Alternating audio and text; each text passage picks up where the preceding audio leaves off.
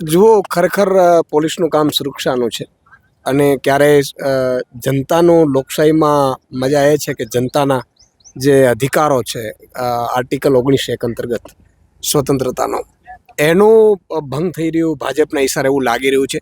ચેતરભાઈને ખોટા કેસમાં ભાજપે ફસાવ્યા હતા.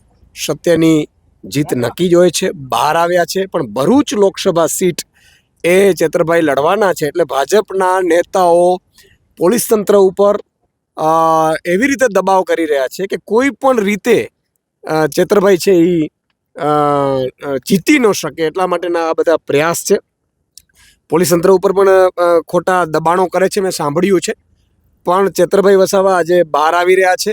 આજે અમે જવાના છીએ અમદાવાદ, ગાંધીનગર. પછી એ ગાંધીનગર વિધાનસભા સત્રમાં પણ આવતીકાલે બજેટ છે, એમાં પણ ચેતરભાઈ ઉપસ્થિત રહેશે.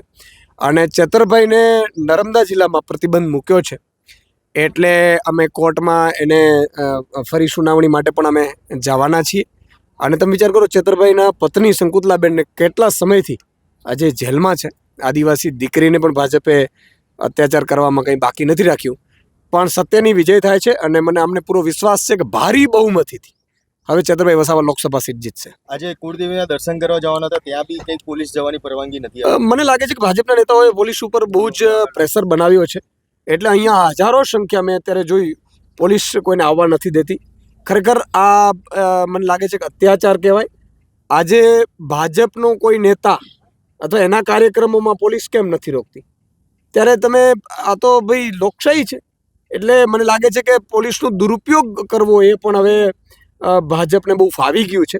આજે હજારો લોકો ત્યાં માતાજીના એ દર્શને જવાના છે. ત્યાં પણ અત્યારે ભીડ છે. એની આગે મોવી ગામને મોવી ત્યાં પણ કેટલી ગાડીઓ સાથે અરે અવાજ નહોતા દેતા. તો પછી અહીં તો ગોપાલભાઈને મોકલ્યા. ગોપાલભાઈ ત્યાં ગયા અને પછી ત્યાંથી બીડું લઈને આવ્યા છે.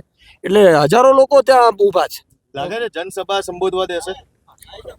જુઓ, ચેતરભાઈ બહાર આવે એટલે અમે તો કાનૂનનું પાલન કરીશું. પણ સવાલ એ છે કે લોકોનો એટલો પ્રેમ છે. યાર, લોકોને શું કામ તમે રોકો છો? લોકો સ્વયંભૂ ચેતરભાઈના, કારણ કે ચેતરભાઈને ખોટી રીતે ભાજપે ફસાવ્યા છે, તો આવે છે. એની લાગણી છે અને અમે કોશિશ કરીશું.